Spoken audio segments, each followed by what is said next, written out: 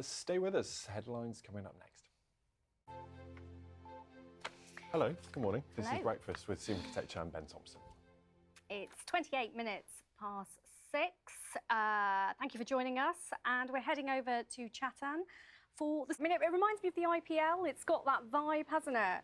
And I'm loving the live music. Yeah, bring it on, I say. I'll meet you outside in a minute. We can carry on that conversation. That's all your sport. It's time for weather. Oh. Thank you. Just approaching 6:37. Time now on Breakfast for the travel show. This week we're going across the Atlantic to America.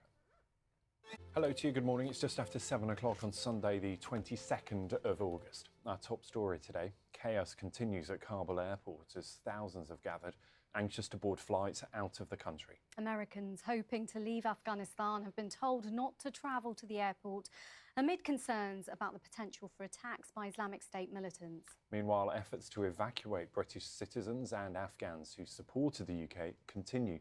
Nearly 4,000 people have now been flown out of Afghanistan since last Sunday, as Simon Jones reports. Well, former Prime Minister Tony Blair has called President Biden's decision to withdraw troops from Afghanistan as imbecile. He says it represents a tragic, dangerous and unnecessary abandonment of the country. Mr. Blair, who sent British troops into Afghanistan 2 decades ago, has urged the government to help all Afghans who supported the UK, calling it a moral obligation. Our political correspondent Chris Mason reports.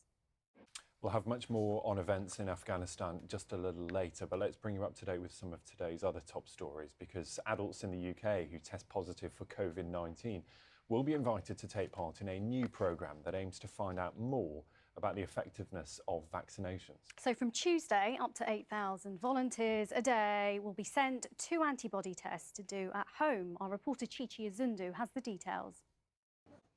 Now, at least 8 people have died in the state of Veracruz as Hurricane Grace tore through eastern Mexico, causing widespread disruption. Meanwhile, in the US, a state of emergency has been declared in parts of New York State as Hurricane Henry is expected to make landfall later today. Our reporter Tanya Dandrinos has the details. It's just approaching 14 minutes past 7. We're going to return now to our top story and those unfolding events once again in Afghanistan, because nearly 4,000 British citizens and eligible Afghans have been evacuated from Kabul since the Taliban regained control of the country a week ago. But every day, thousands more are arriving at Kabul airport, desperate to leave. Nazir Ayin is... Have they been told about possible options, and what is the situation where they are? The unfolding situation, and we hear these reports of people dying because they've been crushed. I mean, do you hold anybody responsible for what's happening?